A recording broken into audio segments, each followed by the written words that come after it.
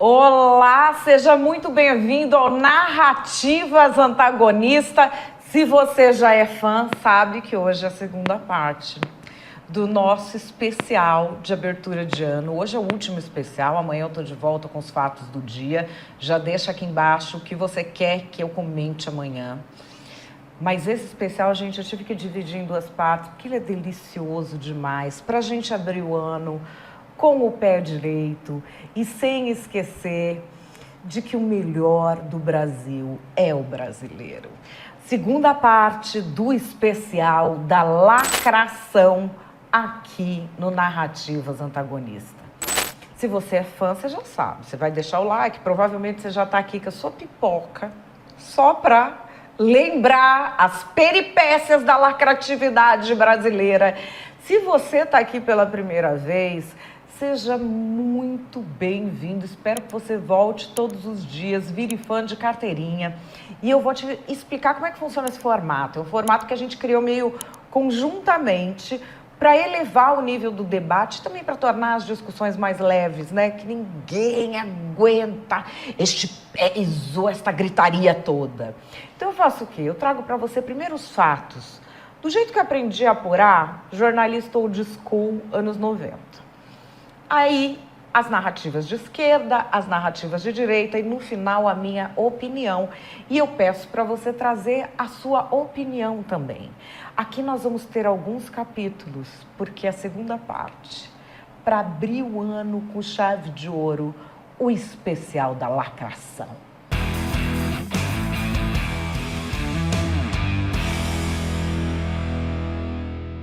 Aqui nós vamos voltar ao dia 16 de outubro. Depois, eu fiz até um vídeo, um artigo, não me lembro, falando do desfecho dessa história que aconteceu só em dezembro. E neste dia 16 de outubro, eu previ o desfecho dessa história exatamente como ele aconteceu. O caso do chocolate com política, Felipe Neto e o bis. Vocês lembram dessa treta da lacração brasileira? Não lembram? Vem cá, se joga. Os fatos começam com o influenciador Felipe Neto sendo anunciado como garoto propaganda de um chocolate, do bis. A hashtag Bis Nunca Mais foi parar em primeiro lugar dos Trending Topics do Twitter. Isso, como recorte de público, quer dizer o quê? Quer dizer que o assunto foi politizado, porque o Twitter ele não tem a maioria da população ali, mas ele tem, vamos dizer, todo este pessoal que debate política, jornalistas, deputados, senadores, influenciadores, estão todos ali. Então vamos ver algumas manifestações. Deputado Nicolas Ferreira colocou lá bis nunca mais. Deputado Carlos Jordi já se manifestou, ninguém vai financiar o Felipe Neto aqui em casa. Um post do Flávio Bolsonaro trazendo uma influencer que já foi jornalista da Globo, fazendo uma propaganda para o concorrente do bis. Quebrei a dieta. Mais um Kit Kat no fim de semana. Tá valendo, né, gente? Eu amo esse chocolate.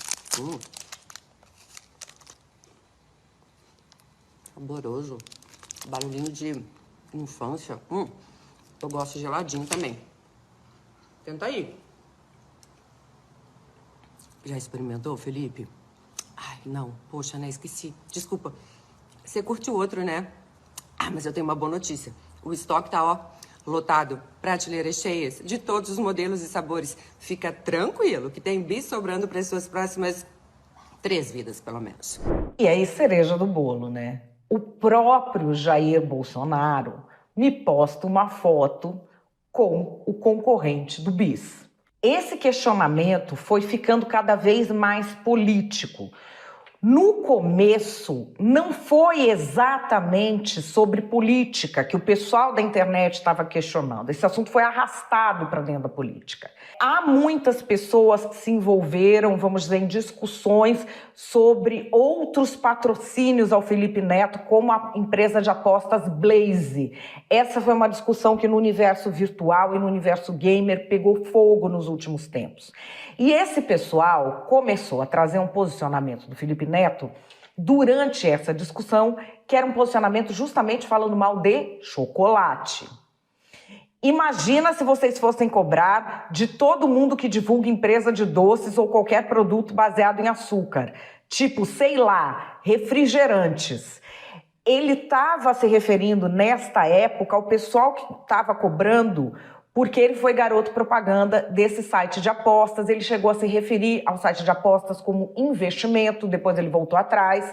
Mas uma das respostas que ele dava era que o site de aposta podia ser algo que fizesse mal, mas o açúcar, o chocolate fazia muito mal. E agora ele virou garoto propaganda do chocolate.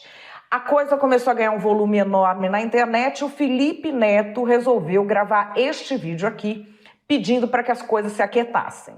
E eu queria muito fazer uma pergunta, mano. O que aconteceu? O que aconteceu? Sabe? Foi como se enfiasse uma tomada no meu Gloob e eu tomasse um... Uou! Esse vídeo não é patrocinado, isso aqui não tá no pacote que eu fechei. É pra você que é bolsonarista, ou que votou no Bolsonaro, ou que é anti-Lula, ou que é em cima do muro, ou qualquer coisa. Já se passaram 10 meses. Você não vai me ver falar de política, cara. Relaxa, relaxa. Bora tentar conviver de uma maneira um pouco mais harmoniosa e diminuir um pouco esse ódio, essa fúria que só causa ainda mais ódio e mais fúria. Eu queria muito deixar esse pedido de coração aberto pra vocês, do fundo do coração mesmo. E tá tudo em ordem do lado de cá. É isso que eu queria muito ressaltar, tá tudo bem, tá tudo ótimo, inclusive. Eu tô bem, eu tô renovado, tô com energia lá em cima, tô animado, tô feliz e eu espero que nós tenhamos uma relação ainda de muitos anos. São 13 anos criando conteúdo aqui e eu quero mais 13. Bora? Esse vídeo começou a entrar ali na discussão das redes. E quem percebeu isso? O universo político. E aí, o lado lulo-afetivo embarcou também. Vamos dar uma olhada neste vídeo aqui do senador Randolfo Rodrigues. Ele tuitou o seguinte: vindo daqueles que consumiam cloroquina, o boicote a um chocolate tão gostoso é elogio. Assim como Felipe Neto, em 2022, o Brasil pediu bis de tudo que o nosso país já teve de bom. Vacina no braço, economia aquecida e comida no prato. Agora falta só o Bolsa Bis para o povo ficar feliz de novo. Tamo junto, Felipe Neto. E olha o vídeo. Só uma dica, né? Bis é bom, né? Não? Com certeza. É gostoso pra danar. E a perda de tempo, os bolsominions quererem atacar o Felipe Neto por conta disso. Felipe, estamos com bis, ó. O ministro-chefe da Secretaria de Comunicação Social da Presidência da República, Paulo Pimenta, também postou uma propaganda do bis, com Vadir Damus planejando o bis em 2026 e marcou Lula oficial, Felipe Neto e bis oficial. O senador Humberto Costa, que está no videozinho com o Randolph, também postou. E isso já gerou uma nova onda do lado oposto. Aí os deputados bolsonaristas, vamos ver aqui no exemplo a Carla Zambelli, começaram a postar contra as postagens dos deputados petistas. Essa discussão acabou chegando à imprensa. E aí, qual que é a sua opinião? Antes de você dar a sua opinião, abra o seu olho para as narrativas. Qual será a narrativa de esquerda? Qual será a narrativa de direita? Eu vou trazer aqui para você. O bolsonarismo só funciona na força do ódio, mas graças a Deus que eles são burros, né? Eles estão tentando boicotar o Felipe Neto e o bis, sem saber que uma das máximas da propaganda é falem mal, mas falem de mim. Então o que eles estão fazendo? Eles estão, na realidade, fazendo propaganda para o bis e para o Felipe Neto. Eles estão falando para o mundo todo, olha, onde você põe o Felipe Neto, todo mundo vai estar falando daquilo. E uma coisa que eu vi na internet, esses bolsominions, eles compram a caixa do bis para filmar jogando o bis na privada. Ou seja, ele está dando dinheiro para o bis Pra falar mal do bis, gente, é demais. Eles acham mesmo que eles vão conseguir boicotar a marca. Na verdade, está todo mundo falando da marca. Gente que nunca nem comprava isso vai passar a comprar só porque eles estão falando da marca. Ou seja, eles vão dar mais vendas para o bis e não menos vendas, que é o que eles querem dar. Olha, com toda sinceridade, eles veem alguém como Felipe Neto, que está enfrentando a desinformação, está ajudando o governo a lutar contra o discurso de ódio, eles já vão para cima. A sorte é que eles são burros. Aliás, eles são tão burros que eles abraçaram a outra marca, que é o Kit Kat. Alguém já contou para esse pessoal que Kit Kat apoia trans? Que Kit Kat tem várias propagandas queer em todo mundo? Aí, quando eles descobrirem, eles vão cancelar o Kit Kat também? Eles vão ter que cancelar tudo, né? Não come mais chocolate. Aliás, nem devia mais comer chocolate, devia mais comer. Olha, é demais. Continuem, porque a gente vê tudo que o Bolsominion põe a mão dá errado. Já fizeram essa turba aí gritando, já elegeu o Lula. Continua que vai ter bis em 2026. Pois é. Quem lacra não lucra. Nós já avisamos. Vocês viram, não sei se vocês viram esse gráfico, as ações da empresa que é dona da Lacta e dona do bis já caíram na bolsa. Depois da nossa hashtag bis nunca mais. Portanto, aprendam. O exemplo vem da Budweiser lá nos Estados Unidos. Budweiser quase quebrou porque quis lacrar. E aqui, olha que coisa, o CEO da empresa que produz o bis, ele é do tal do conselhão do Lula. Então aí a gente começa a imaginar quem está devendo o que para quem. Porque a troco do que o Felipe Neto virou aí o garoto propaganda dessa marca, né? A troco do que estão dando isso para ele? Se ele falava mal de chocolate 2 meses atrás, tem alguma coisa a ver com política? Por que todos os políticos estão fazendo propaganda de uma marca? Ministro do governo fazer propaganda de marca, pode? O que essa gente está devendo tanto para o Felipe Neto? Mas assim, não adianta você ser contra o Brasil. Onde você põe o Felipe Neto é o toque de Midas ao contrário. Ele era contra o Lula, ele xingava o Lula de ladrão. Aí depois ele viu uma oportunidade, ele já virou a casaca. Aliás, quando pergunta assim, você conhece o Felipe Neto? Quem conhece pergunta qual? O de hoje, o de 10 minutos atrás, o de 10 dias atrás, o de 20 dias atrás? Porque é disso que a gente está tratando. Essa é a pessoa que o governo Lula botou lá no Ministério da Verdade deles, do combate à desinformação. Essa é a pessoa que eles levaram para a Unesco para falar de desinformação. E tá aí. É uma pessoa que o Brasil não suporta. Isso aí é uma criptonita de popularidade. Bis nunca mais. Quem lacra não lucra. As empresas precisam aprender isso.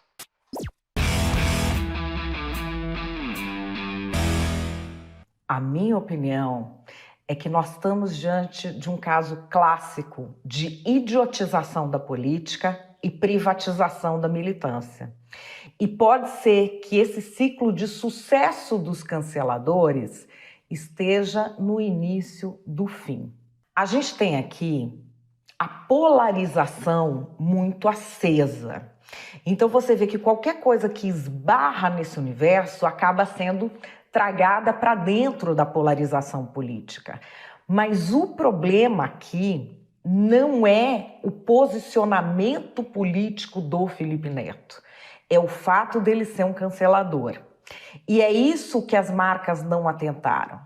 Porque, por exemplo, se você leva alguém que é de esquerda ou de direita para dentro da sua marca, você pode ter ali alguma repercussão. Mas foram levados outros influencers de esquerda para essa ação e você talvez nem saiba. Por quê? Porque não são influencers que cancelam os outros. O que é cancelar? E o Felipe Neto não sofreu um cancelamento? Há que se dividir. O cancelar é uma prática organizada, ou para poder político ou para poder econômico, em que quem detém uma série de perfis mira uma única pessoa e coloca todos esses perfis para atacarem a pessoa simultaneamente e daí para trazer mais gente. Com que objetivo? Ou de falar mais alto politicamente ou de inviabilizar esta pessoa no mercado publicitário. Felipe Neto trabalha assim há muito tempo. Não é só ele, tem muita gente que trabalha assim em todos os espectros políticos. Quando você leva alguém assim para dentro da sua empresa, você leva esta lógica para dentro da sua empresa. Eu estou falando aqui em idiotização. Por que eu estou falando em idiotização? Eu estou vendo nas redes pessoas de mais de 5 anos fazendo o seguinte debate. Não caia nessa. Então, mas nós vamos parar de comprar, então vai quebrar a empresa. Ou então, não adianta você parar de comprar porque não vai quebrar a empresa, que você tá fale bem, fale de mim. O problema do boicote não é esse, gente, pelo amor de Deus. Um boicote de varejo de uma marca desse tamanho, ele precisaria ser, vamos dizer, por uma coisa de qualidade do produto.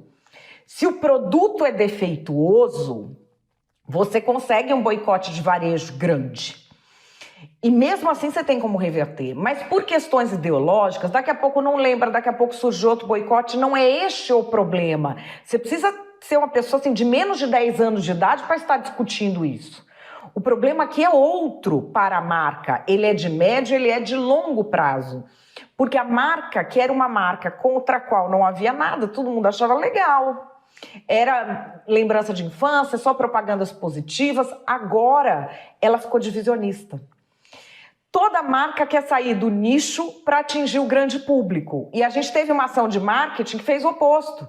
Pegou uma marca que trabalhou durante décadas com o grande público e fez ela ficar nichada do dia para a noite. E agora vai ter que sair disso. Porque é toda uma lógica de produção, de venda, de estabelecimento da empresa que mira o grande público. Ela não mira um nicho específico.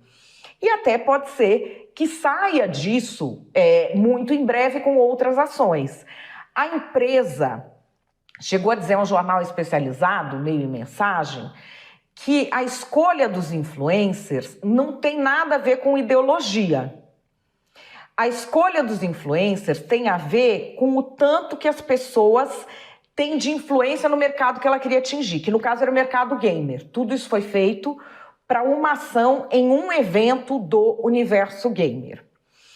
E aí eles pegam vamos dizer, um influencer que tem muitos milhões de seguidores, que tem influência no universo gamer e por isso selecionam. Vamos fingir que não há nenhum viés ideológico, ok?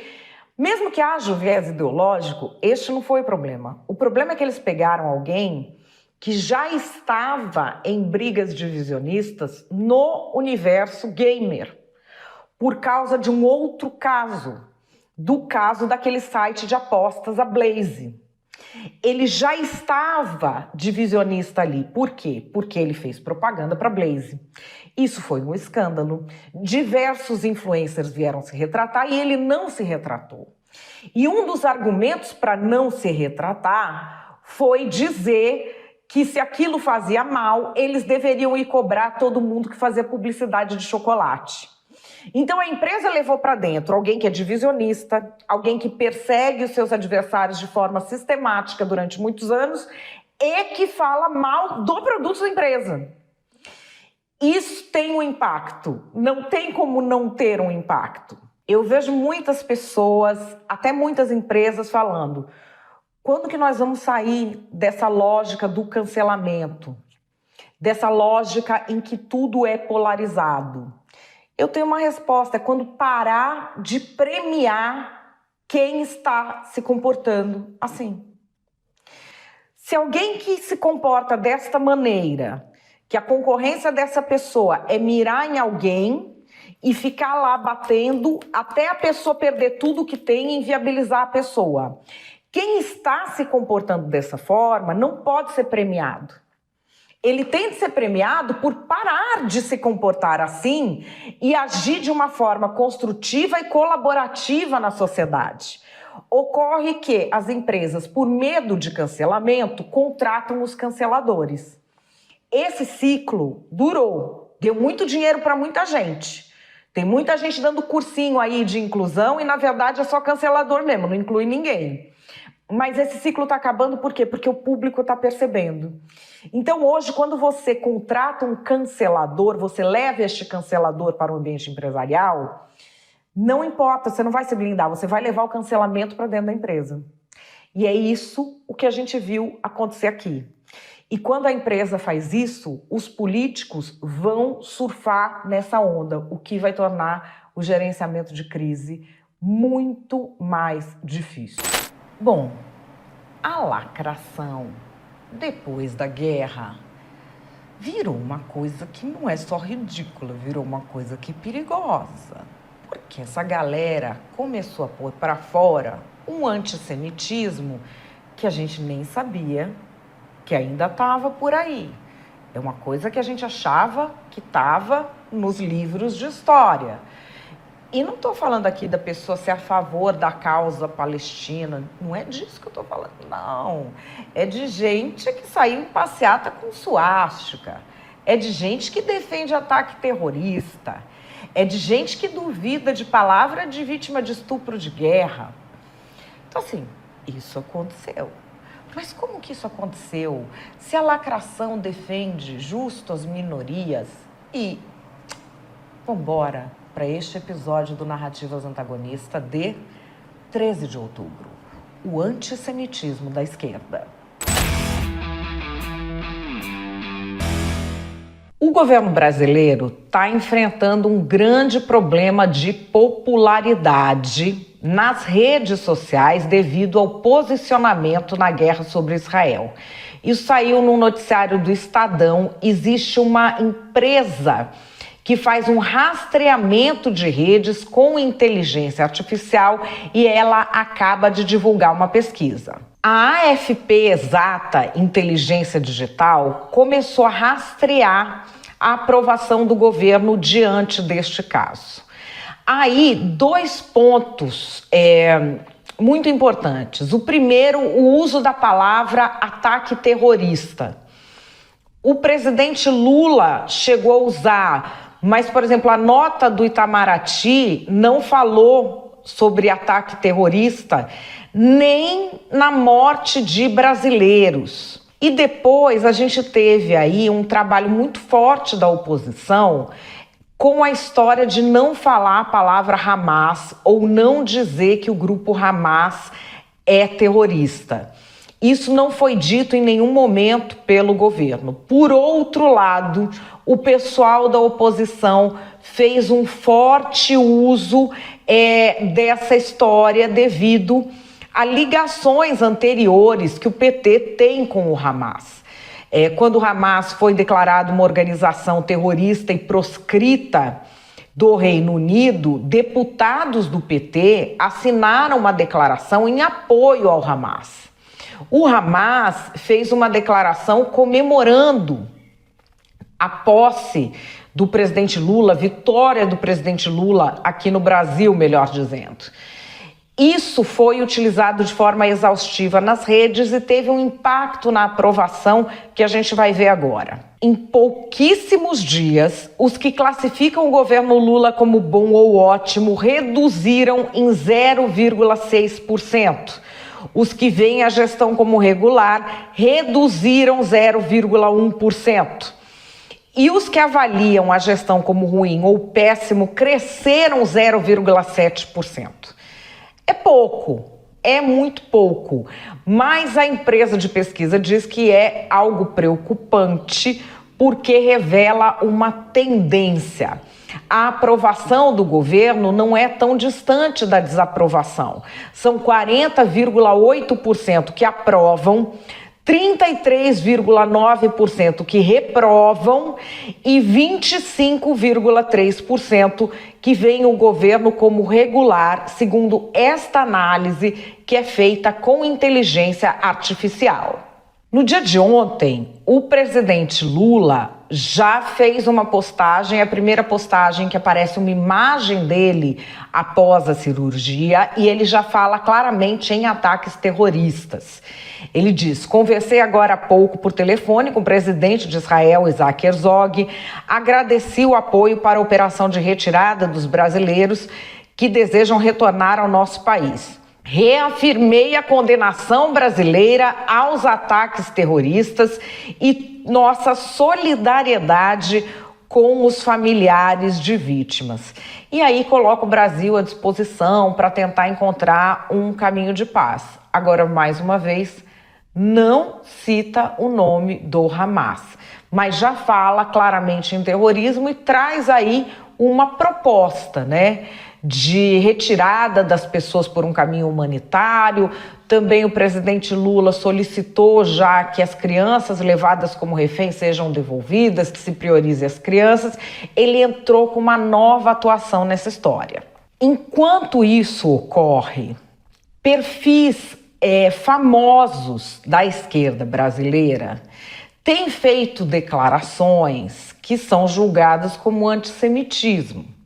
A gente já tem aquela história do assessor, que eu já falei no Narrativas Antagonista passado, que já saiu na Cruzoé, que já saiu no Antagonista, que ele foi lá zombar de uma moça que era refém do Hamas. Era uma pessoa que publicava foto da bandeira de Israel com uma barata no meio. Ele foi demitido do gabinete onde ele trabalhava, mas ele estava até outro dia fazendo live com o ministro Paulo Pimenta. Ele foi recebido oficialmente pelo ministro Alexandre Padilha, ele foi recebido pelo ministro Silvio Almeida dos Direitos Humanos e tirou foto. Ele tem uma longa relação com a esquerda brasileira, apresentou gente do Hezbollah a pessoas muito importantes da esquerda. Então, assim, essa conversa ainda está lá, porque não é do dia para a noite que ele fala algo assim. E aí tem um tweet que virou um rastilho de pólvora de um jornalista que é ligado ao PT, o Breno Altman. Ele diz o seguinte: podemos não gostar do Hamas discordando de suas políticas e métodos, mas essa organização é parte decisiva da resistência palestina contra o Estado colonial de Israel. E aí vem a frase: relembrando o ditado chinês, neste momento não importa a cor dos gatos, desde que caçem ratos. Essa é uma pessoa que tem, vamos dizer, um relacionamento muito próximo com a cúpula do PT. Aqui a gente vê nessa foto histórica que foi feita na despedida a Fidel Castro, Breno Altman, você vê ali à direita, de camisa preta, junto com a mais fina flor do petismo. Então, assim, é algo que vai aproximando esse tipo de pensamento cada vez mais do governo, e a oposição tem explorado isso nas redes. Uma outra manifestação que viralizou é de uma pessoa que ia dar aula para alunos na USP sobre o conflito. Eles iam paralisar a greve para ter a aula.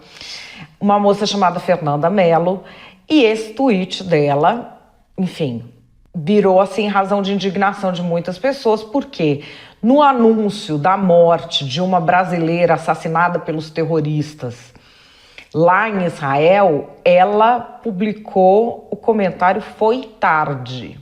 E aí você tem, vamos dizer, uma gama enorme de manifestações antissemitas que vêm com a desculpa da história do decolonialismo ou de coisas assim, mas elas estão por toda a rede. Eu trouxe aqui algumas amostras, mas é o tempo inteiro, o dia inteiro a gente está vendo isso. Aqui, olha, hoje o povo palestino se rebelou contra o apartheid e o genocídio promovido por Israel. Falando não do povo palestino, da ação do Hamas. Tem piores. Eu estou há pouco mais de 2 dias de bombardeios sionistas para começar a dizer que o Hamas matou foi pouco. Aqui tem uma notícia de que o Black Lives Matter apoiou o Hamas. Aí a gente tem na internet brasileira já essa briga. E estão errados? Os palestinos estão tentando sobreviver e que eu saiba, Israel é quase um país terrorista com campos de concentração a céu aberto. Matou foi pouco. Esse aqui, estou de volta neste site com o único intuito de dizer: Hamas matou foi pouco. E aí, muita gente começa a fazer comparações como o historiador Leonardo Lopes. Se o monarca tivesse dito: eu sou a favor de, se quiserem, criar um partido do Hamas no Brasil, provavelmente ele teria ganhado um cargo de assessor do governo. Então, isso está em ebulição. O Ministério dos Direitos Humanos, segundo uma reportagem da Globo News, disse que está monitorando as publicações islamofóbicas e antissemitas na rede social. Não temos até agora nenhuma ação de PGR, Polícia Federal, de nada nesse sentido, nem desses grandes grupos que se colocam contra discurso de ódio, aquele departamento do Ministério da Justiça contra discurso de ódio, nada disso vimos ainda. Estes são os fatos. E aí, quais serão as narrativas de esquerda e de direita? E em seguida, a minha opinião. Vamos lá. A desinformação da extrema-direita brasileira é impressionante. Onde que se viu antissemitismo na esquerda? Na esquerda você tem muitas pessoas que são antisionistas, que é diferente. São pessoas que estão vendo o apartheid promovido há 75 anos em Israel, que transformou os territórios palestinos em verdadeiros campos de concentração. E essas pessoas acabam se manifestando. Agora, a extrema-direita brasileira fica aí com as suas fake news, mas tem a verdade que não dá para esconder. Enquanto eles estão culpando o Hamas, você pode discordar dos métodos do Hamas, mas que outra alternativa esse povo tem para sair dos campos de concentração em que foi colocado pelo Estado de Israel? É uma coisa que a gente precisa ter a liberdade de debater. O principal jornal de Israel bota a culpa pela guerra em quem? No Hamas? Bota a culpa no Netanyahu, nesse governante de extrema-direita, amiguinho de Jair Bolsonaro. A gente tem aqui na extrema-direita e nesses malucos evangélicos uma confusão que eles acham que Israel é Israel da Bíblia. Eles estão lá na guerra santa deles falando do que eles nem sabem. E aí vem acusar a esquerda de antissemitismo. Como se o nazismo e o fascismo não fossem a extrema-direita que está aí estrebuchando, mostrando ao mundo a que veio. Então acho que é preciso dividir as coisas. Se colocar ao lado do povo palestino, como a esquerda tem feito, não é aprovar o Hamas. De jeito nenhum. E essa confusão não passa, como sempre, de fake news, de desinformação, dessa criminalidade que se tornou a direita do Brasil, né? Vocês lembram quando a gente alertava que o nazismo é de esquerda? E aí um mundo desse pessoal progressistinha ficava dizendo que a gente enlouqueceu? Vocês lembram que foram buscar até lá no governo da Alemanha gente para falar que a gente é maluco, que a gente estava errado, que a gente foi ridicularizado? Pois é, tá aí, né? Acuse-os do que você é. Você discorda 1 milímetro de um progressista, ele já cataplast e bota o nazista na sua cara. Mas aí, as declarações antissemitas, as declarações nazistas mesmo, de matou foi pouco, ódio aos judeus. Esse pessoal perdeu completamente a cabeça, está colocando as manguinhas para fora. Mas por que está podendo? Porque tem um governo que deixa, que permite, que é próximo do Hamas. O presidente Lula não abre a boca para falar Hamas, por quê? Porque é o grupelho aí dos terroristas que ficou feliz porque ele ganhou a eleição. Então, assim, nós avisamos há muito tempo. E agora, assim, o governo está aí tentando dourar a pílula, né? Mas o posicionamento é claro, né? O posicionamento é pró-Hamas. E aí, tem uma coisa que eu fico me perguntando. Ninguém percebeu ainda que aquela história de combate ao discurso de ódio era mentira para perseguir a direita brasileira? Porque quando é a direita, os heróis do 8 de janeiro são terroristas. Quando é o Hamas, não pode falar que é terrorismo. Quando é a direita, vocês viram o que aconteceu com o Monark? Vocês viram quanta gente foi tirada de rede social? Agora não abre o bico. Nós avisamos sobre o risco da esquerdopatia no poder. Você que fez o L por debaixo da mesa, fique sabendo. A responsabilidade é toda sua. Bom, e qual é a minha opinião sobre essa história? Vamos pro fato, que é o antissemitismo na esquerda brasileira. A minha opinião é que a inação diante de casos flagrantes de antissemitismo está comprometendo o tal do combate ao discurso de ódio e do combate ao neonazismo aqui no Brasil.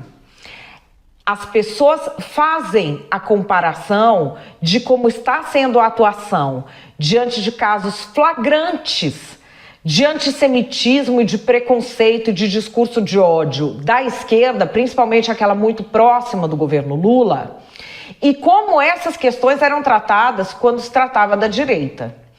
Vocês avaliem se esses discursos que a gente viu, essa coisa do tipo não importa a cor dos gatos desde que caçem ratos, fosse no governo Bolsonaro. Como é que agiriam STF, Polícia Federal, Ministério Público e boa parte da imprensa? Agiriam como se deve. Agora há uma leniência. E as pessoas comparam. Vamos comparar o seguinte: um ministro fez um pronunciamento cuja estética lembrava pronunciamentos nazistas. Caiu o ministro, um dos mais importantes. Você teve assessor que fez gesto que na internet é o tal do dog whistle de supremacia branca, que ele dizia que era um ok, foi processado, foi condenado. Por que agora coisas tão flagrantes vão ficando por isso mesmo? O tal do assessor que colocava lá a bandeira de Israel com uma barata no lugar e que zombou da moça que era refém do Hamas, estão dizendo que está tudo ok porque ele foi demitido do gabinete do deputado para quem ele trabalhava. Se fosse no governo Bolsonaro, estaria tudo ok? Porque ele fez live com o ministro Paulo Pimenta e mais um cara que era muito ligado a essas organizações que fizeram atentados na Argentina. Ele foi recebido pelo ministro Silvio Almeida, que é o ministro dos Direitos Humanos. Ele foi recebido pelo ministro Alexandre Padilha. E aí, não iam chamar? Quando você tem um jornalista famoso, que é de dentro do PT, falando isso, não vão fazer nada? Quando você teve coisas... Veja o que aconteceu com o Terça Livre da vida. Um Monark foi falar lá aquela pataquada que ele falou de que ele era favorável a ter um partido nazista. O cara foi banido do mundo. O cara nem morar mais no Brasil não pode aparecer na internet, contas confiscadas. Você tem pessoas falando coisas piores e nada acontece. A esquerda brasileira tem um raciocínio que a gente vê muito nesse pessoal do identitarismo, que é o tal do pessoal woke. O que é o identitarismo e o woke? Não é briga por pauta identitária, não. Eles têm um raciocínio que divide o mundo entre oprimido e opressor. E quem é oprimido? Quem eles escolhem. Não é quem foi realmente oprimido numa situação de opressão. Não interessa a sua história, interessa a sua origem e a sua identidade. Então vamos dizer, você foi oprimido a vida inteira, mas você é um homem branco, pronto, você é opressor. É assim que funciona a cabeça deles. E eles têm um raciocínio muito perigoso, que é o seguinte: Não confunda a reação do oprimido com a violência do opressor. É uma frase que filosoficamente até é verdade, mas o pulo do gato é para que eles usam? Eles usam para dizer que se você for oprimido, tudo que você faz é justificável. E o que é o oprimido para eles? É quem foi oprimido? É quem eles colocam num grupo que eles chamam de oprimido. Então, eles vão colocar aquelas várias camadas de opressão. Então, se a pessoa faz parte de um grupo que eles consideram oprimido, tudo que a pessoa faz tem que ser aplaudido. É esse raciocínio que leva a esquerda a aplaudir ato terrorista. Muita gente está falando, não confunda o Hamas com o povo palestino. Não sou eu que estou confundindo. A gente tem uma grande parte da esquerda falando Hamas matou foi pouco. Uma grande parte não, uma pequena parte. E uma grande parte da esquerda passando pano para isso. Ou porque concorda em silêncio, ou porque tem medo de ser alvo. Esse raciocínio do oprimido pode tudo e é oprimido quem eu decido ideologicamente que é algo muito problemático, está paralisando instituições que são majoritariamente de esquerda hoje, que são majoritariamente progressistas, sabem agir quando é a direita que extrapola, mas quando é a esquerda estão paralisadas. E sabe o que essas instituições estão fazendo? Estão prejudicando a confiança do brasileiro no combate a coisas sérias como o neonazismo, no combate à desinformação e discurso de ódio. Já está praticamente carimbado que isso era perseguição política. E aí, como é que vai lidar com essa questão que é séria? Essas instituições precisam acordar e fazer o trabalho delas, em vez de ficar agindo só com base em ideologia. Bom, o que é que você acha dessa história, hein? Já vai deixando aqui embaixo, mas ainda tem mais. Tem mais babado no nosso especial. Porque no dia 17 de novembro... o progressismo atingiu um novo patamar nessa história de flerte com o terrorista. Uma carta do Osama Bin Laden, uma carta de verdade do Osama Bin Laden, que ele deixou por aí, viralizou no TikTok. Viralizou, mas viralizou muito. E não porque o pessoal estava, meu Deus, que coisa cruel. Não. Os progressistas amaram a carta do Bin Laden. Mas, gente, como é que pode? O cara era um fundamentalista islâmico que condena tudo que o progressismo diz defender. A mulher não tem o mesmo status de um homem. Homossexualidade é uma abominação que pode ser punida com o assassinato da pessoa por ser homossexual, isso é considerado normal. Qual que é o ponto de toque? Onde que eles se veem representados ali? Gente, é uma viagem. Vamos fazer essa viagem no tempo e voltar para esse Narrativas Antagonista Bin Laden bombado no TikTok. Osama Bin Laden viraliza no TikTok. Gente, vou explicar aqui direitinho para vocês o que aconteceu. Se você leu o Antagonista, você já viu essa coluna completa do Alexandre Borges trazendo essa história aqui ontem. E essa história é uma história que ela não é só brasileira. Nos Estados Unidos e na Europa é onde isso pegou fogo. Que história é essa do Bin Laden viralizar? Primeiro vamos lá contextualizar para quem não lembra mais quem é o Osama Bin Laden. Porque é tanta coisa que acontece, as pessoas não são obrigadas a estar atualizadas. O Osama Bin Laden é um dos terroristas mais famosos da história.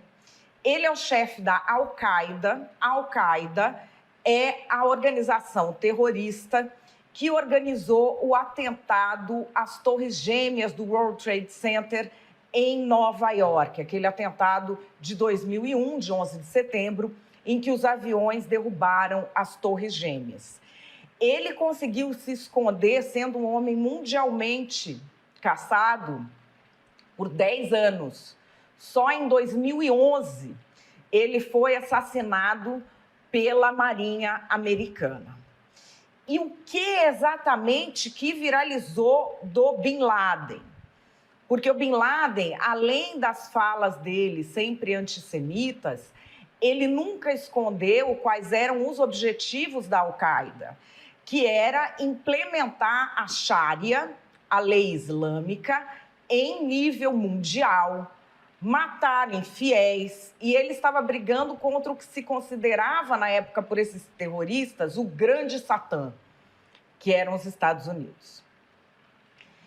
Então, o Osama Bin Laden, ele teve muitas falas que apareceram aqui e acolá na imprensa, mas o que está viralizando é uma carta que ele escreveu um ano após os atentados, tentando justificar o horror daquilo que ele fez. É uma carta homofóbica, é uma carta muito violenta.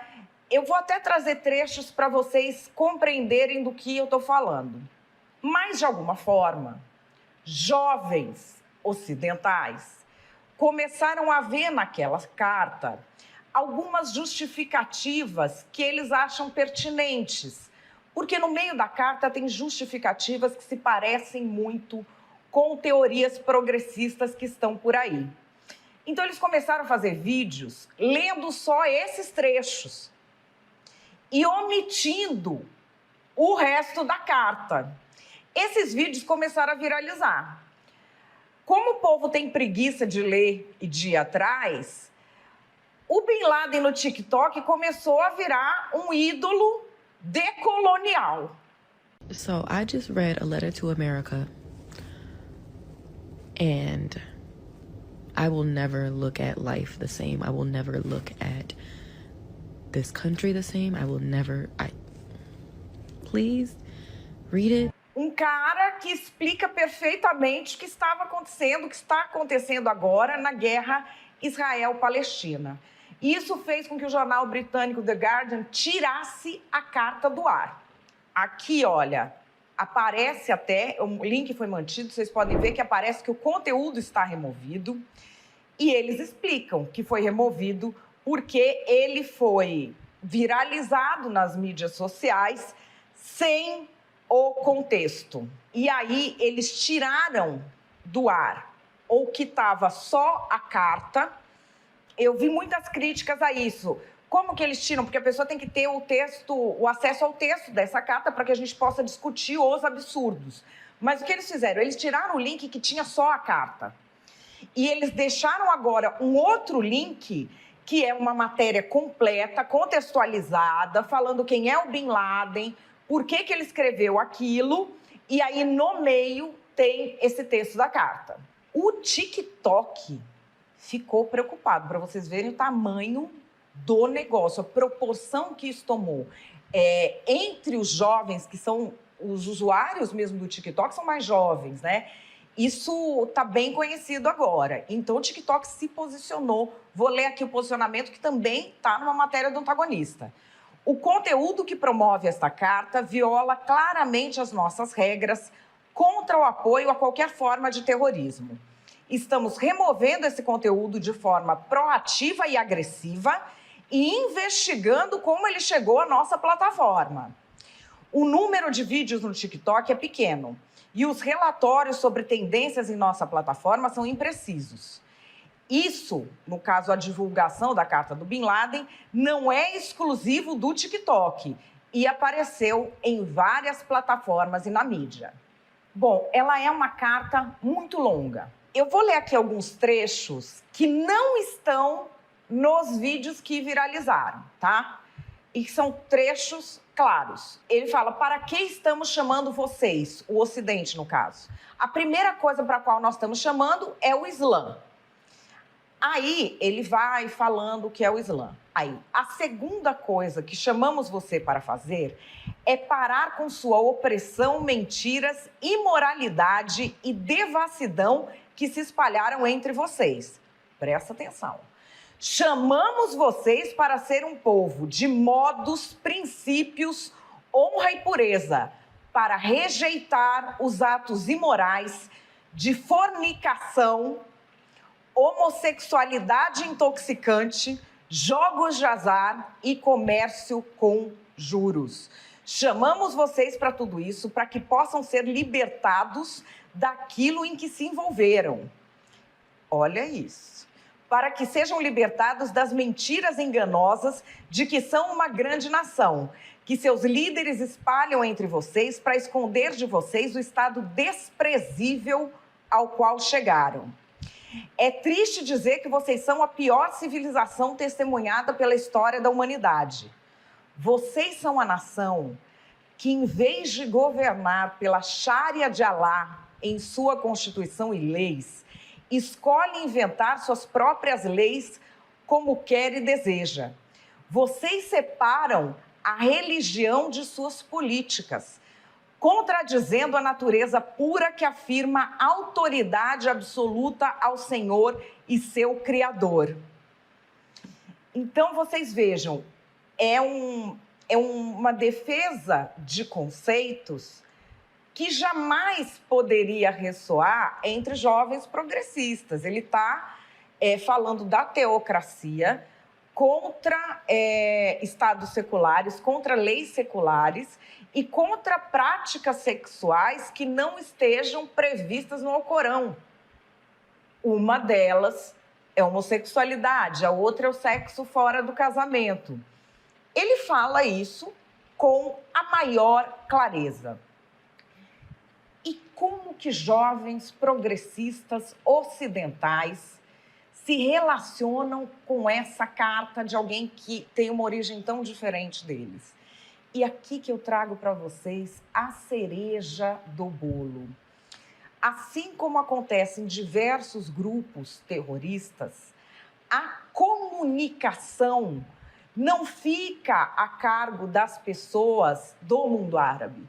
A comunicação fica a cargo de um ocidental que conheça muito bem a cultura para quem ele está falando. E aqui eu vou apresentar para vocês uma figura que também já morreu, que foi muito importante para a comunicação da Al-Qaeda fora ali dos seus domínios. Esse senhor é o Adnan Ghadam. Ele era o responsável pela comunicação da Al-Qaeda.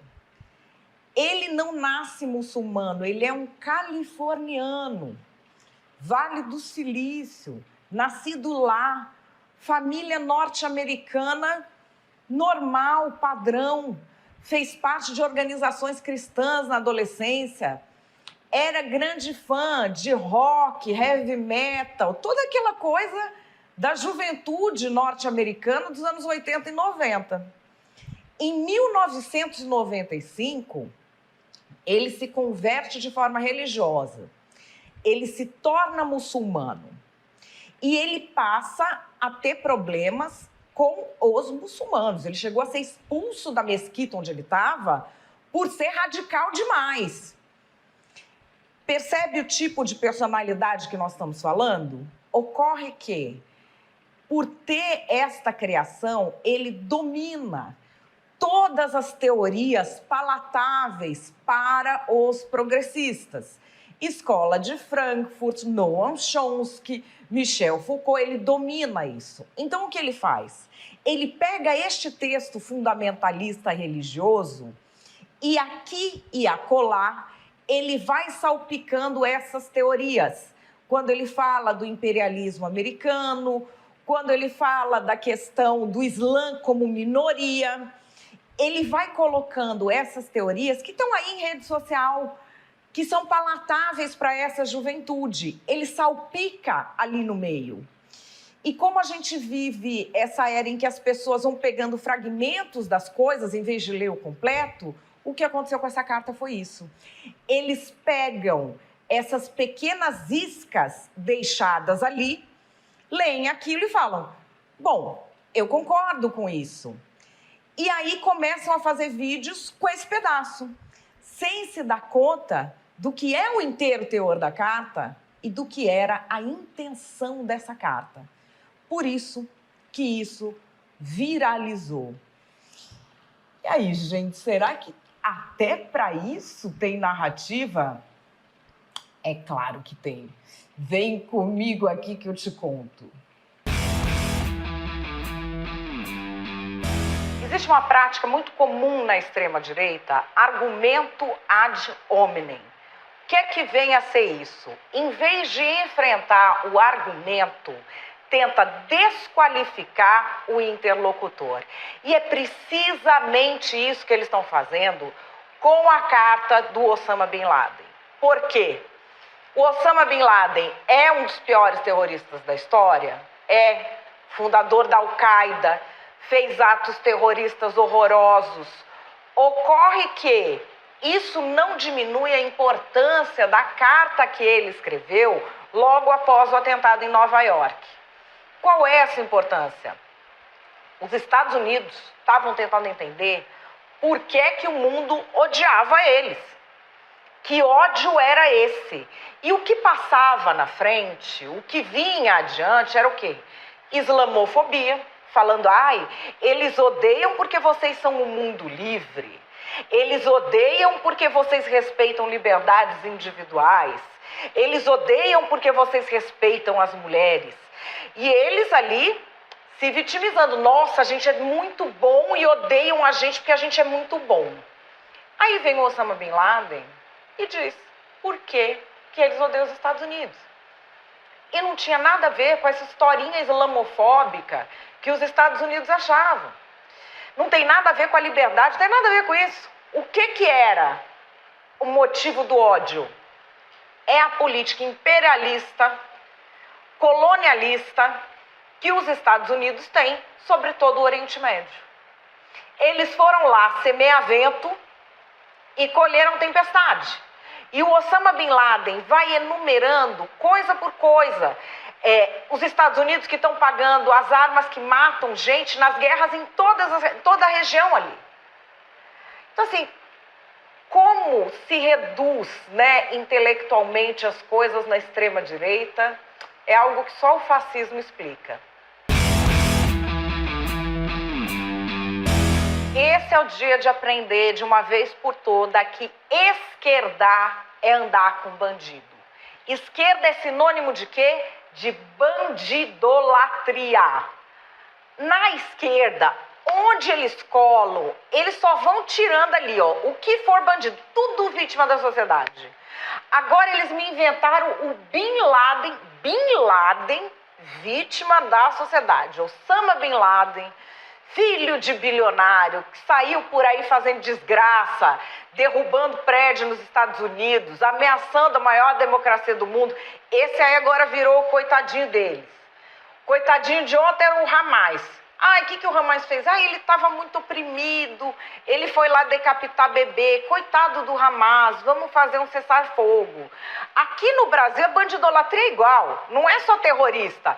A mulher do Comando Vermelho, coitada, chamada de primeira-dama do Comando Vermelho, ela tá tão mal com isso, pegou tão mal para ela. Não pegou mal participar do negócio todo e ser condenada a 10 anos de prisão, isso não. Mas aí a imprensa vai lá e denuncia o bandido, já vem a esquerda. Nossa, coitada, em nome dos direitos humanos. Daqui a pouco o governo vai pedir desculpa para ela, vai mandar uma caixa de bombom importado para ela se sentir melhor. Porque, gente, é só com o bandido que eles colam. E estava demorando para levantar essas histórias. Para você ver que progressiste apoia tudo que é escória da sociedade. Eles veem que essa conversa que eles são bonzinhos, mas não pode ver um bandido que eles atravessam a rua para defender bandido. Eles cavaram o Bin Laden, o homem já está morto aí mais de 10 anos, eles foram cavar o cara para viralizar no TikTok. Fala para mim se isso é ou não é amor pela bandidagem.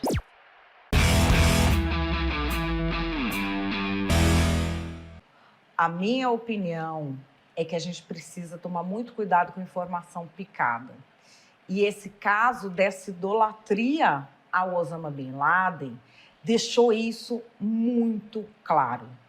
Se você tem acesso à carta completa, você vai ver que ele fala algumas coisas do ideário progressista, mas ele fala coisas muito pesadas contra homossexuais, contra o Estado laico. Ele fala coisas a favor de você transformar o mundo inteiro numa coisa governada pela Sharia, que é a lei religiosa, e a lei religiosa é interpretada de uma maneira completamente equivocada. A lei religiosa da cabeça de um extremista, que é coisa de fazer determinadas ditaduras teocráticas parecerem muito liberais até. Ele diz claramente que é isso que ele queria. E essa carta, ela tinha um contexto histórico. Ela buscava, a publicação da carta, né, tinha um contexto histórico.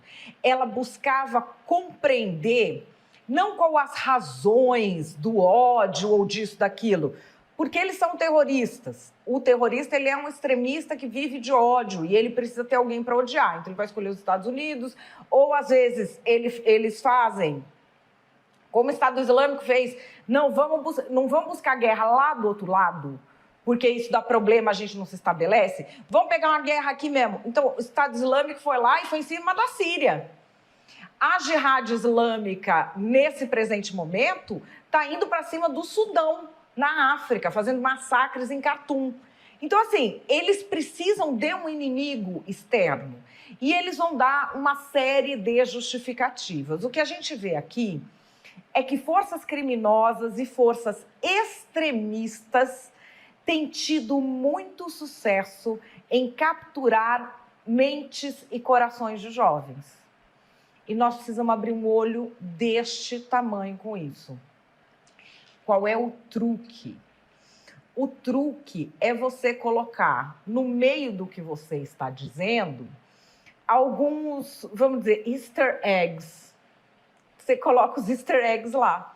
Esses easter eggs são o quê? São clichês do pensamento progressista, clichês do pensamento que aquele jovem já quer exprimir. Às vezes não sei nem se ele quer exprimir porque ele acredita ou se ele sabe que é aquilo que ele precisa exprimir para ser aceito no grupo. Você coloca alguns clichês daquilo no que quer que você esteja falando. E você vai conseguir que a sua mensagem vá adiante. Isso é muito perigoso. Por quê? Porque você valida coisas muito perversas. A gente tem um movimento na internet de jovens porque acreditam em algumas coisas progressistas que estão lá na carta. E aí você vai me perguntar, gente, mas como assim tem coisa progressista na carta do Bin Laden? É um truque feito não só pelo Osama Bin Laden, por organizações terroristas, mas também pela propaganda de regimes como o do Catar. Você faz coisas destinadas ao Ocidente, como a Al Jazeera, por exemplo, que tem uma linguagem que ela é a linguagem do Ocidente, a linguagem progressista. A pessoa que ajuda o Bin Laden a escrever essa carta é um cara que se tornou muçulmano, mas cresceu na Califórnia, norte-americano ali de verde e amarelo. Então ele sabe o que você fala e que essa moçada vai querer repetir. Ele enfia lá no meio. E isso é tão atraente que eles simplesmente pulam a parte que ele fala que tem que parar de existir homossexual, prática sexual fora do casamento, que tem que parar com essa história da lei ser dissociada da religião, que a religião tem de ser imposta. A carta dele, assim, fora o antissemitismo da carta, a carta dele é uma coisa assustadora. Mas muitos jovens estão pegando só isso. Só a coisa do progressismo que estava lá no meio. E vocês sabem que isso é uma tática de radicalização muito efetiva. Porque é o seguinte, o grupo se compromete com aquele ideário e essas ideias são infecciosas. Então ele começa pegando aquilo em que ele já acredita e ignorando o que ele acha que não serve. Até o momento em que ele vai aceitar essa parte também, porque eles já estão comprometidos com aquele ideário. Isso é um método de radicalização usado largamente por extremistas, por organizações criminosas, por ditaduras, por gente que incita genocídio. Te chama com uma coisa que você já aceita e você fecha o olho para isso aqui que eu acho demais. Vai chegar o momento em que você vai estar aceitando o inaceitável. Por isso, abra o seu olho com informação picada. Tende a pegar o contexto das coisas, o que é muito difícil nessa era da economia da atenção. Bom, e para encerrar todos os especiais da lacração, eu vou trazer esse momento que é recente, que foi icônico, que é o depende do contexto. Se você tá de olho, ó, sempre na lacração, você sabe muito bem do que eu estou falando. Houve um depoimento de 3 reitoras de universidades norte-americanas no Congresso dos Estados Unidos que bombou no mundo inteiro, que é a tal da história do depende do contexto. Não vou estragar o Narrativas, porque esse tá muito amarradinho, tem o vídeo aí, tá legendado, tem a explicação, então vamos lá.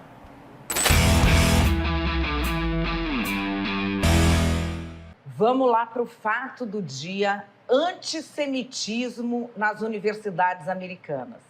Esse vídeo viralizou no mundo, tá rodando em tudo que é canto, e vocês apareceram no meu Instagram me pedindo, coloca isso aqui, me mandaram mensagem, fizeram comentário nas minhas publicações. Então eu vou trazer isso aqui para o Narrativas Antagonista, como vocês me pediram. Vamos primeiro contextualizar. Desde o início da guerra, em 7 de outubro, com o atentado terrorista do Hamas em Israel, a gente tem um problema nas universidades norte-americanas com a ampliação do discurso de antissemitismo. E aí, há um debate enorme em torno disso. Então, muita gente fala, não, estão confundindo antisionismo com antissemitismo. Tem várias nuances. Eu não vou entrar nessa discussão em si agora, porque ela é muito mais longa. Você pode acompanhar, inclusive aqui no Narrativas Antagonista, ou no Antagonista, textos muito mais aprofundados sobre isso. Eu vou trazer agora o fato. Diante dessa situação e dessa discussão, o Congresso norte-americano resolveu chamar para depoimento reitoras das principais universidades dos Estados Unidos. No caso, foram reitoras 3 mulheres, de 3 universidades diferentes. Então, a gente tem a reitora da Penn University, que é a Universidade da Pensilvânia, Mary Elizabeth Liz McGill. A gente tem a reitora da Universidade de Harvard, Claudine Gay, e a reitora do super prestigioso MIT, Massachusetts Institute of Technology, que é a Sally Kornbluth. Elas foram lá chamadas ao Congresso norte-americano. Essas universidades, elas são a elite da elite universitária mundial.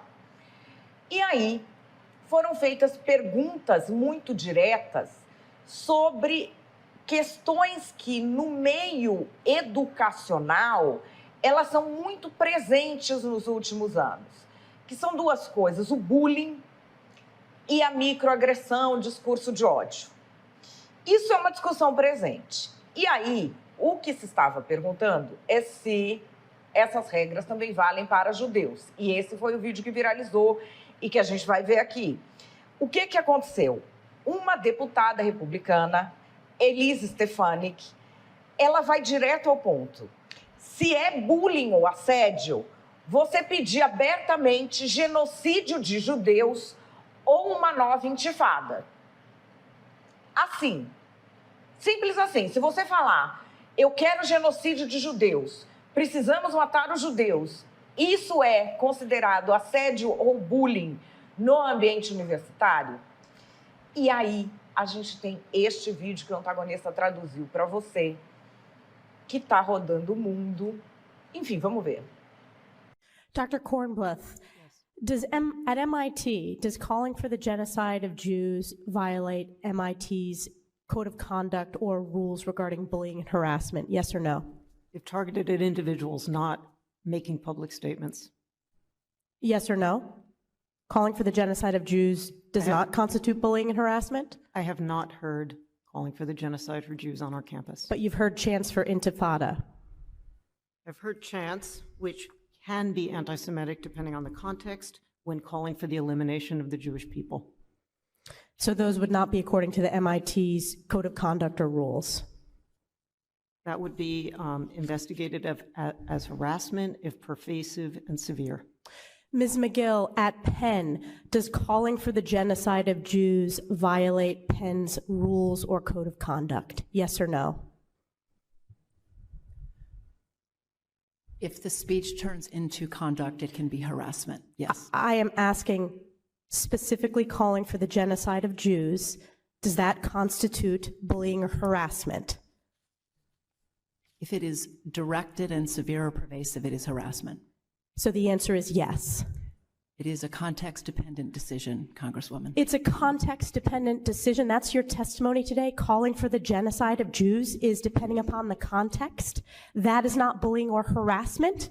This is the easiest question to answer yes, Ms. McGill. So is your testimony that you will not answer yes? If it if the Yes speech or no? becomes if the speech becomes conduct, it can be harassment. Yes. Conduct meaning committing the act of genocide? The speech is not harassment?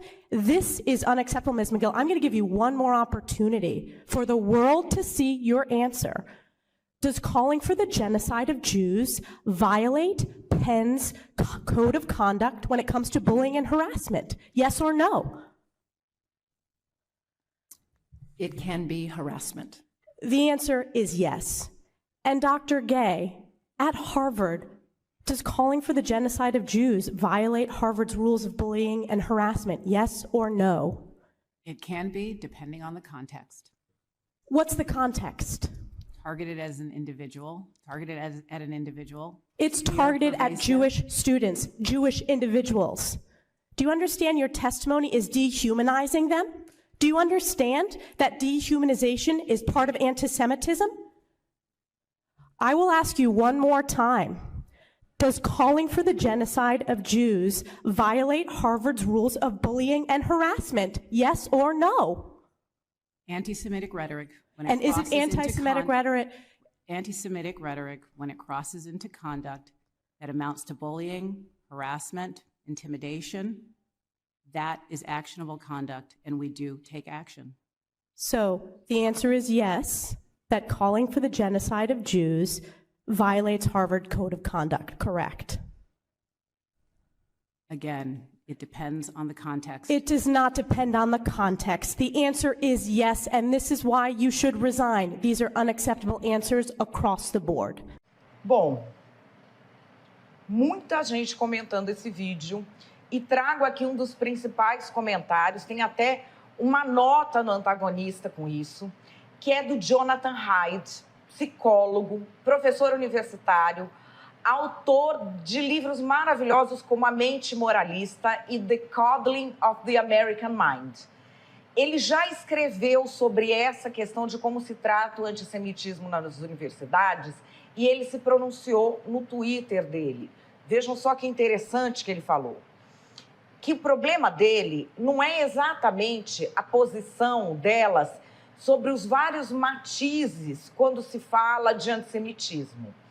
Vamos lá a fala dele. O que me ofende é que desde 2015 as universidades têm sido muito rápidas a punir microagressões, incluindo declarações com intenção de ser gentil, mesmo que uma pessoa de um grupo oprimido se ofenda. As reitoras dizem agora, os judeus não são um grupo oprimido, por isso ofender ou ameaçar os judeus não é assim tão mal. Para os judeus, tudo depende do contexto. Poderíamos chamar esse duplo padrão de antissemitismo institucional. E ele prossegue, e ele inclusive diz que no livro dele ele propõe soluções para isso dentro das universidades e pede aos reitores para que leiam. Estes são os fatos. Quais são as narrativas? Vem comigo.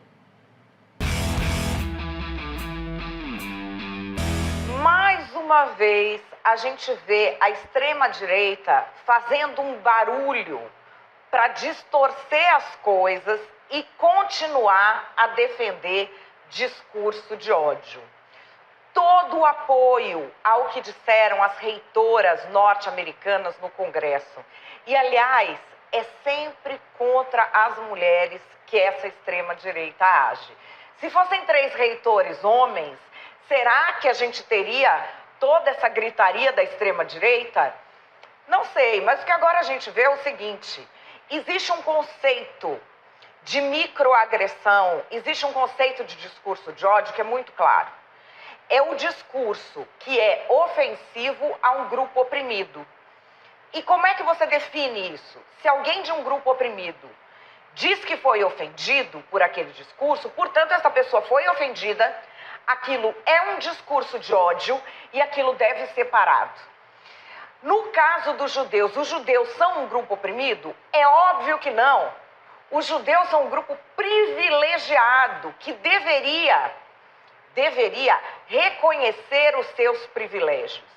E aí, com essa desculpa do que aconteceu lá em 7 de outubro, que ainda não está muito claro, tem gente que acha que foi o próprio exército de Israel que promoveu aquilo, com essa desculpa, esse grupo opressor e privilegiado está colocando para fora toda a sua islamofobia para fazer um genocídio na faixa de Gaza. Nós estamos falando aqui de gente que mata bebê e quer se fazer de vítima. Aí alguém tem uma reação mais destemperada. O que é que o Congresso norte-americano está querendo? O que é que a extrema-direita norte-americana quer? Que aí você culpe o oprimido. Para o oprimido não poder reagir. Não vamos aqui confundir a reação do oprimido com a violência do opressor. A extrema-direita pode ficar gritando muito, mas no fim a verdade prevalece.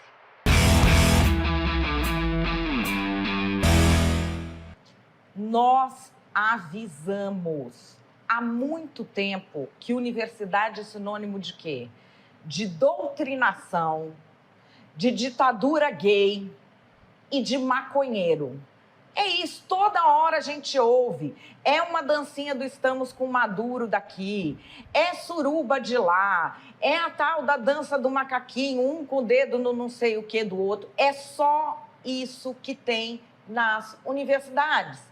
E isso é um fenômeno mundial, nós estamos alertando isso há muito tempo e agora está aí. No que isso tudo, esse esgoto moral chega? Na pior coisa que pode ter, que é o nazismo. Porque o que elas estão falando ali é nazismo. É nazismo. Porque, assim, para esse pessoal, a gente está acompanhando, para esse pessoal tudo era nazismo. Um perfil do Twitter com um copo de leite, nazismo. Fez sinal de ok, nazismo. Um ministro grava um pronunciamento com uma música de Richard Wagner, música clássica. Nazismo. Tudo para essa gente é nazismo. Pedir genocídio de judeu. Veja bem. Ah, daí não é porque isso, porque aquilo outro. Decálogo de Lenin. Acuse-os do que tu és. Eles ficaram acusando a direita de ser nazista, muito tempo. Para esconder o quê? Para esconder o fato de que o nazismo sempre foi de esquerda. É nacional-socialismo. Eles sempre foram nazistas e deixaram esses nazistas chegarem ao topo das universidades e doutrinar os jovens. O jovem, ele está aprendendo hoje o quê? Que ele não pode, ele tem que falar todes. Se ele errar um pronome, ele é a pior pessoa do mundo, tem que ser banida da humanidade. Mas se ele quiser matar judeu, aí ok. Ah, matar judeu tá tudo bem. É isso que estão ensinando na universidade. Depois falam que é a gente que inventa a história da doutrinação, né?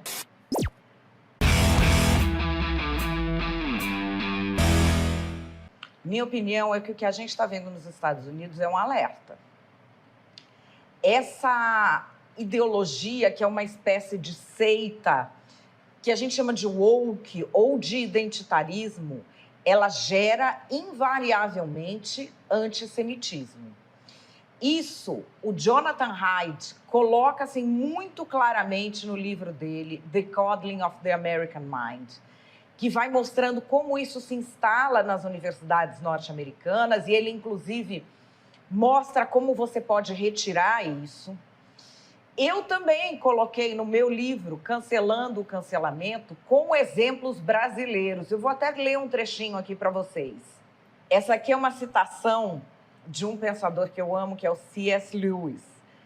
Dentre todas as tiranias, uma tirania exercida pelo bem de suas vítimas pode ser a mais opressiva.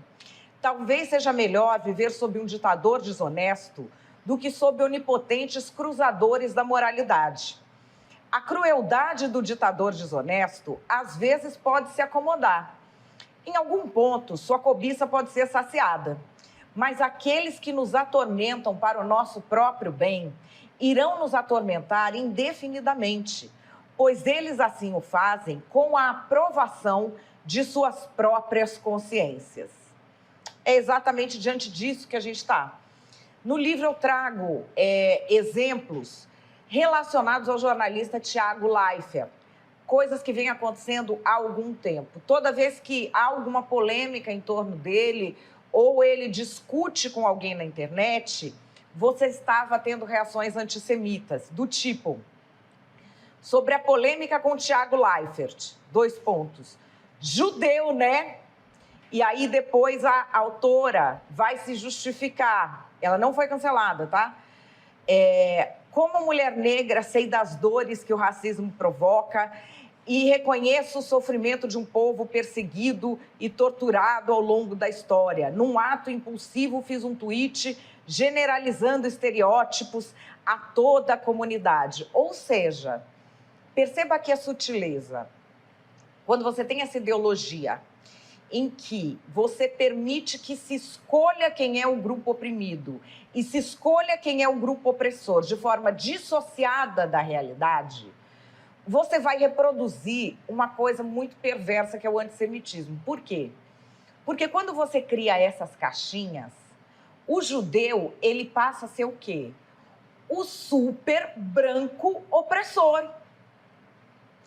E para esse pessoal, tudo que um oprimido faz se justifica. Tudo que é feito contra um opressor também se justifica. Então, tudo que for feito contra os judeus é justificável. Esse é um raciocínio que muita gente tem alertado nos últimos tempos. Por quê?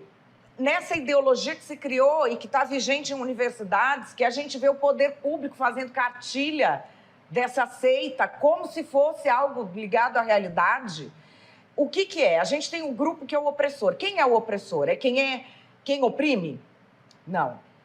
O opressor é quem eu escolho que é opressor. É homem, branco, cis, hétero, colonial. Tá, mas se esse cara for uma criança que foi jogada no lixo e sofreu... Não, ele é opressor. E quem são os oprimidos? Os oprimidos são grupos selecionados. Mulheres, gays, trans, negros, desde que eles se coloquem sempre como vítimas e repitam o discurso. Senão, eles passam a ser linha auxiliar do fascismo. Percebe como funciona e como isso não dá certo? Por quê? Porque sempre o mais violento do grupo vence. Sempre o que aponta o dedo para o outro, dizendo você é um opressor e não sei o que lá, dissociado da realidade, ele vence. E você chega num ponto em que as pessoas são obrigadas a se calar, porque se elas falam qualquer coisa baseada na realidade, elas vão ser massacradas por esses grupos que, como disse o C.S. Lewis, eles não param nunca, porque eles estão agindo em nome do bem. E a gente viu isso nas universidades norte-americanas, que é uma coisa escandalosa. Quando você pede o genocídio de qualquer grupo, isso é algo inadmissível. E você vê reitoras de universidades falando que não é nem bullying, nem discurso de ódio pedir o genocídio de judeus. Mostra exatamente em que ponto a gente está e qual foi a ideologia que prevaleceu, né? Nesse século. Enfim, é algo para a gente ver. No Brasil, a gente tem essa seita muito presente. A gente tem essa seita falando das suas crendices como se elas fossem sérias. E assim, eu não sou a favor de calar essa seita. Como eu não sou a favor de calar nenhuma crendice. Por exemplo, a pessoa acredita em astrologia, ela acredita em tarô, ela acredita em runas, ela acredita em cientologia, que ela seja livre para propagar essas ideias. O que eu não sou a favor é, por exemplo, uma universidade, ela vai decidir quem tem uma promoção ou que tese é válida de acordo com o signo da pessoa, de acordo com a carta que saiu no tarô. Isso eu sou contra. Então, eu também sou contra esses critérios dessa seita que faz essa designação de oprimido, opressor e acaba em antissemitismo. Ou a gente começa a levar isso sério agora, ou já a gente está que nem esse pessoal nos Estados Unidos. Uau! Hein? Uau! Olha, segunda parte do especial da lacração. Tô felicíssima de ter feito. Aliás, eu queria te pedir até um favor, depois que eu trouxe essa pérola para você. Vai lá no Papo Antagonista e pede pro Felipe me convidar para vir amanhã, aqui no Papo Antagonista também. A partir de amanhã acabou o especial, gente. Não vai ter mais, Netflix de narrativas antagonistas. Amanhã é fato do dia. Aliás, queria saber qual é o fato que você quer que eu comente. Deixa aqui embaixo. Aí a gente vai analisar todos os pedidos. E amanhã eu tô aqui de volta às 5 da tarde. Quem sabe no Narrativas de volta às 6. Caso vocês pressionem o Felipe para ele me convidar, tá certo? Uma boa noite para você. Até amanhã. Tchau.